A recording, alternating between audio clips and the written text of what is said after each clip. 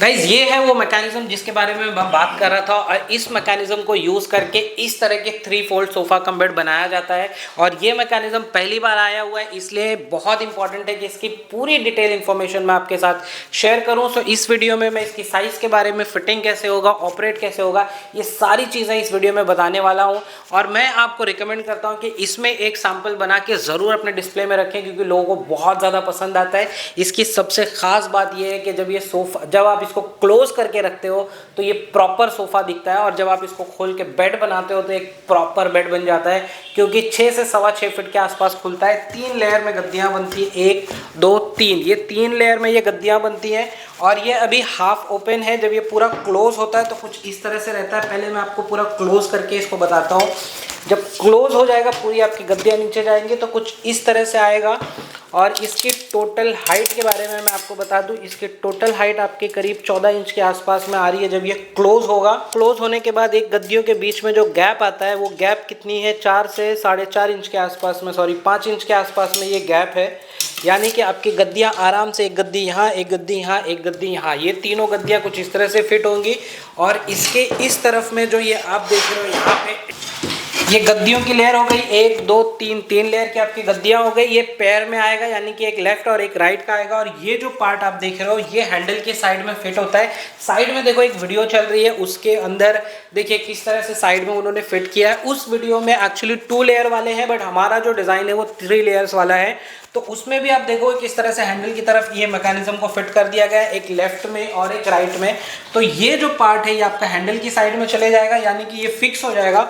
और मूवमेंट होगा ये पार्ट और ये पार्ट, ये एक जगह पे फिक्स हो जाएगी। सो गाइस, इसके अंदर ये जो हाइड्रोलिक दिया गया है, वो हाइड्रोलिक इसलिए दिया गया है कि इसका जो वेट है वो हाइड्रोलिक ऑब्जर्व कर ले और इसको एक्सेस करना बहुत ईजी हो जाए। आराम से आप आगे की तरफ उठा के ले लो और आराम से इसको पीछे की तरफ उठा के आप बेड बना दो। ये हाइड्रोलिक की वजह से एक्सेस करना बहुत ईजी हो जाता है। और यहाँ पे एक लॉकर लगा हुआ है, यानी कि जब ये खुलेगा तो इसको आप लॉक कर सकते हो। ये भी चीज़ें मैं आपको बताता हूँ किस तरह से।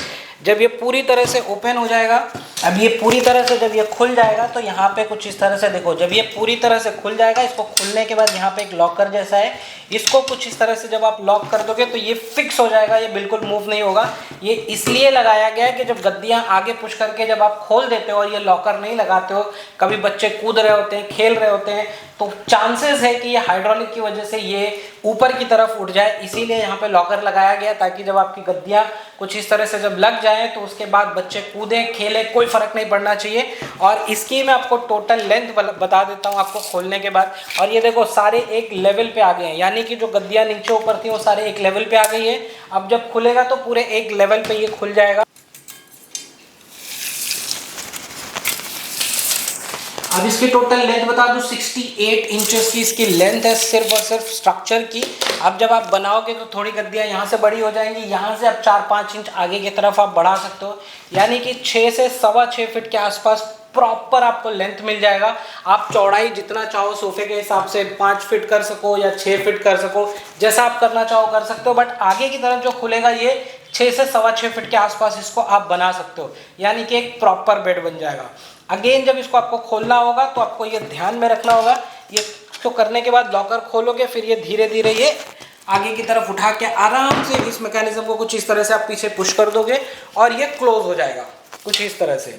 और इसकी जो प्लेट की थिकनेस है आप देखोगे काफ़ी हैवी में इसके प्लेट बनाया गया है, ताकि ये मैकेनिज्म इधर उधर बैंड ना हो, लॉन्ग लास्ट करे, इसीलिए बहुत अच्छा क्वालिटी का मैकेनिज्म मंगाया गया है। सो गाइज, अगर आप इंटीरियर डिजाइनर हो, सोफा मैन्युफैक्चरर हो, या आपको इस तरह की लग्जरी सोफा फर्नीचर के लेग्स और एक्सेसरीज की ज़रूरत पड़ती है तो चैनल को सब्सक्राइब कर लेना, क्योंकि इस तरह की यूनिक और स्टाइलिश लेग्स और एक्सेसरीज फैसिनेशन सेटिंग आपके लिए लेके आते रहता है। मेरे बाकी की वीडियोस आप चेक कर सकते हो, कितने अमेजिंग डिज़ाइन हम लोग लेके आते रहते हैं। सो गाइज, चैनल को सब्सक्राइब करना बिल्कुल मत भूलना।